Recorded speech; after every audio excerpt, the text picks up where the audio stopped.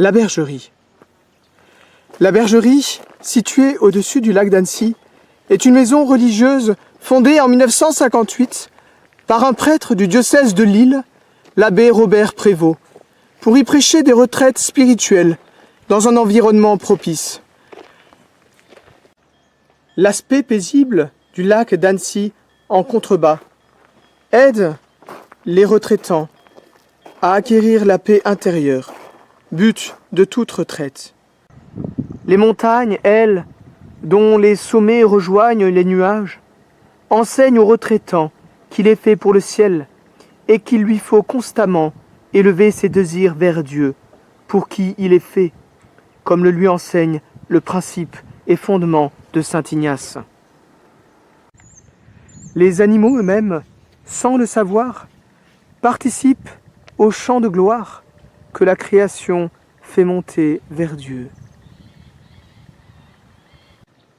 Ainsi, toute la nature qui entoure la bergerie aide le retraitant à assimiler les enseignements reçus.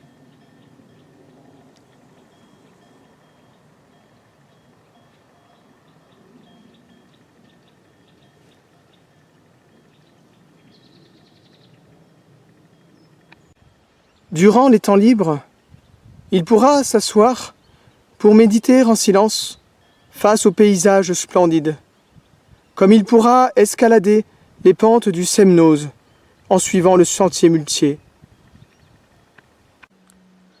La tombe même du fondateur contribue à sa manière à lui faire comprendre combien la vie est fragile et comment il nous faut vivre cette vie en qualité d'étrangers et de voyageurs, comme nous en avertit notre saint patron et premier pape. Du reste, c'est sur les conseils de son futur successeur, le cardinal Joseph Ratzinger, que l'association qui possédait la maison y fit venir, quelques années après la mort de l'abbé Prévost, la Fraternité Saint-Pierre. Ne soyez donc pas étonnés, si vous avez lu l'autobiographie de Benoît XVI, La Mia Vita, de le voir en photo à la Bergerie, lieu qu'il a aimé, et dans lequel il a souhaité voir la Fraternité Saint-Pierre exercer son ministère auprès des âmes.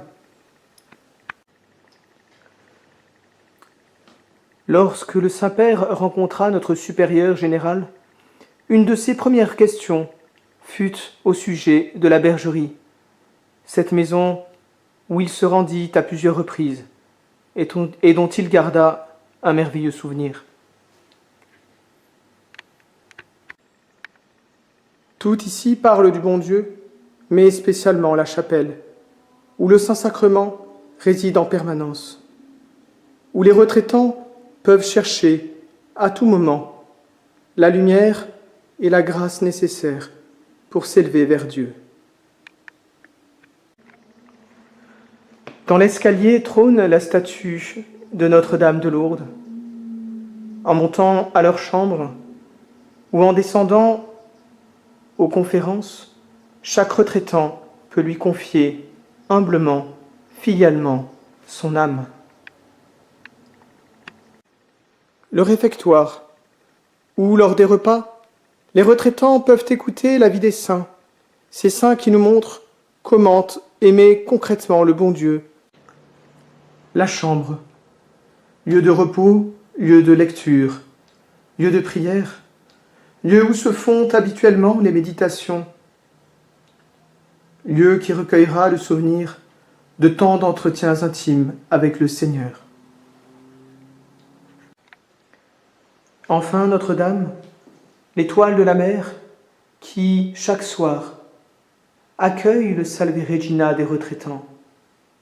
Auprès d'elle, auprès de notre Reine de Miséricorde, chacun peut déposer le lourd fardeau de ses fautes, de ses peines, mais aussi rendre grâce pour toutes les grâces reçues.